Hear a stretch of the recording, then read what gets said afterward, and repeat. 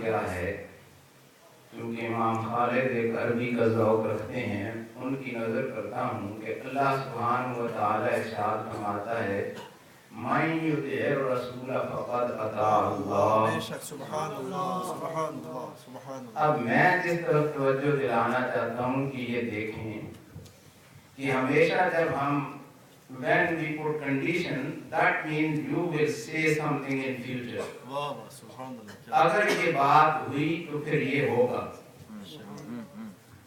لیکن جب رسول اللہ کی بات آتی ہے تو قرآن میں اسلوب بدل جاتا ہے کہ من یطع الرسول this is future tense but فقط اطاع اللہ is a past tense۔ ایک بات نہیں ہونے والی اسے ماضی میں لایا گیا ہے، اس میں نقطہ کیا ہے؟ تو اللہ سبحانہ و تعالی نے یہ ہمیں ارشاد فرمایا کہ اے میرے محبوب کی طرف آنے والے، ابھی تیرا ارادہ ہوا ہے یا نہیں، جو ہی تو ذرا سا میرے محبوب کی طرف آئے گا میں تجھے پہلے ہی قبول فرما دوں۔ من یطع الرسول فقد اطاع اللہ، ابھی تیرا صبر شروع نہیں ہوا لیکن وہاں سے تجھے قبولیت مل گئی۔ یہ عجیب اسلوب ہے قرآن کا کہ من یطع الرسول، جو رسول اللہ کی اطاعت کرے گا اسے قبول کیا گیا ہے۔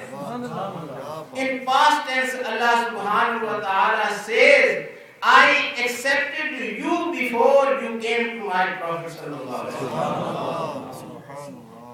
تو ابھی آیا نہیں ہے تو پھر ان کی شان کا ہم کیا ذکر کریں؟ ابھی تو نے سفر شروع نہیں کیا کہ مولا نے تجھے قبول فرما لیا۔ پھر اور تو کیا چاہتا ہے، اپنے رب سے کیا مانگتا ہے؟ ان کی محفل میں تو آیا ہے، ابھی تو پہنچا بھی نہیں ہے کہ اللہ نے تجھے میلاد کا ثواب عطا فرمایا۔ گھر سے چلا ہے، ابھی تو مسجد تک پہنچا نہیں، محفل تک تیری رسائی نہیں ہوئی، لیکن عرش سے تجھے پذیرائی ہوئی ہے، عرش سے تجھے قبولیت کا مجدہ عطا فرما دیا گیا ہے۔ اور یہ ایک عجیب اسلوب ہے grammatical. If you look at it, one sentence is in future and other is in past tense، اور وہ بھی past tense کوئی ایسا نہیں ہے کہ کبھی ہوا ہے، اسے تو ماضی قریب کہتے ہیں کہ جو ہی تو چلا ہے اسی ساتھ تجھے قبول کیا۔ یہ رسول اللہ کی شان ہے کہ آنے والا ابھی آتا بھی نہیں ہے، ارادہ کرتا ہے لیکن اللہ اسے قبول فرما لیتا ہے۔ تو اسی کے ساتھ میں نے پہلے بھی یہ کہا کہ کیونکہ most of gathering is a full of youngster, تو نبی اکرم صلی اللہ علیہ وسلم جوانوں کے ساتھ کیسے گفتگو فرمایا کرتے تھے۔ یہ حدیث میں نے تمہیں پہلے بھی سنائی ہے کہ اس میلاد شریف کا یہ سبق ہے ہمارے لیے۔ Take it as a lesson from this میلاد شریف۔ اور وہ کیا ہے، کیوں میں یہ کہتا ہوں یہ جوانوں کے لیے ہے، اس لیے کہ یہ حضرت انس کو رسول اللہ صلی اللہ علیہ وسلم نے فرمایا، اور حضرت انس کی عمر 10 سال کی جب انہیں رسول اللہ کی بارگاہ میں لایا۔ یہ بھی ایک تربیت کا طریقہ ہے۔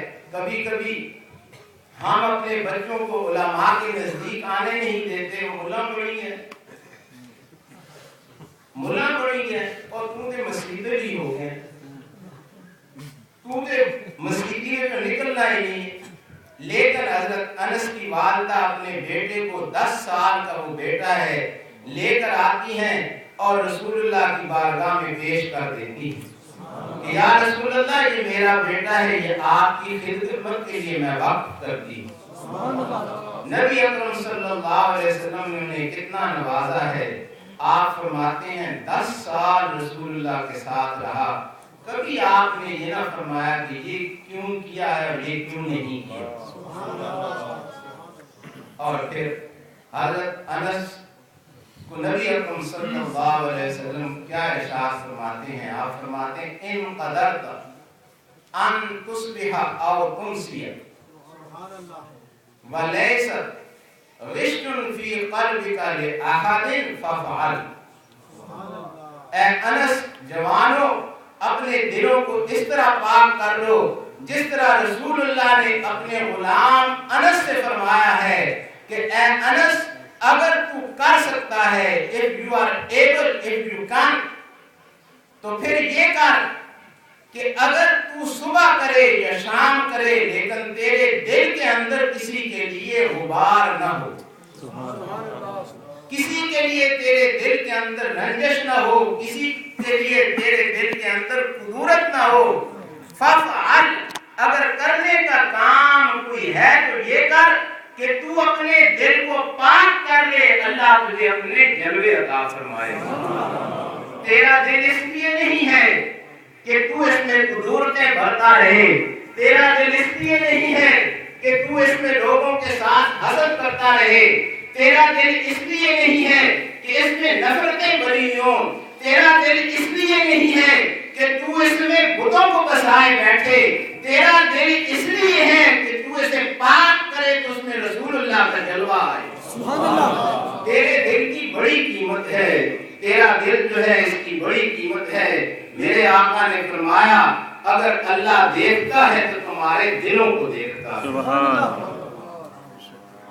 اللہ will not look at your clothes کہ کون سی تو نے جیکٹ پہنی ہوئی ہے، کون سے تو نے بالوں کا سٹائل بنایا ہوا ہے، کون سے تو نے شوز پہنے ہوئے ہیں اور کون سا لباس تیرے تن پر ہے، اگر وہ دیکھے گا تو تیرے دل کی طرف دیکھے گا۔ اسی لیے رسول اللہ نے فرمایا انس اگر کرنا چاہتا ہے ففعل، یہ کام کر۔ پھر آگے رسول اللہ نے کیا فرمایا؟ ففعل، یہ کام کر، فَإِنَّ ذَلِكَ مِن سُنَّتِي، verily that is my sunnah۔ میرا یہ طریقہ ہے کہ میرا دل، وہ تو دل دوسروں کو منور کرنے والا ہے، صرف آپ یہ فرما رہے ہیں کہ یہ میرا طریقہ ہے کہ تو اپنے دل کو صاف کر لے، میری یہ سنت ہے۔ جب تیرا دل صاف ہوگا، آپ نے فرمایا من احب سنتی فقد احبنی، اور جو میری سنت کے ساتھ محبت کرتا ہے وہ میرے ساتھ محبت کرتا ہے۔ ومن احب سنتی کان معی فی الجنہ، اور جو میری سنت سے محبت کرتا ہے کیا انعام ہے، قربان جاؤں۔ دیکھیں تو صحیح، رسول اللہ نے فرمایا میلاد شریف کا گردن کا ایک مقصد یہ بھی ہے، this is the aim of the میلاد شریف gathering، purify your hearts، ذرا انہیں صاف کرو، ذرا انہیں پاک کرو۔ رسول اللہ فرماتے ہیں یہ میرا طریقہ ہے، اور اولیاء کا بھی یہ طریقہ ہے کہ وہ انسان کے ظاہر سے نہیں بلکہ انسان کے باطن سے بات کرتے ہیں، انسان کے دل کے ساتھ بات کرتے ہیں۔ آپ نے فرمایا اور جو میری سنت کے ساتھ محبت کرے گا، سوچیں، جو میری سنت کے ساتھ محبت کرے گا، اور آپ نے دل کو صاف کرنے کو اپنی سنت فرمایا ہے، آپ نے فرمایا کان معی فی الجنہ، وہ شخص میرے ساتھ جنت میں ہوگا، وہ میرے ساتھ جنت میں ہوگا۔ رواہ ترمذی، امام ترمذی نے اس حدیث کو روایت کیا ہے۔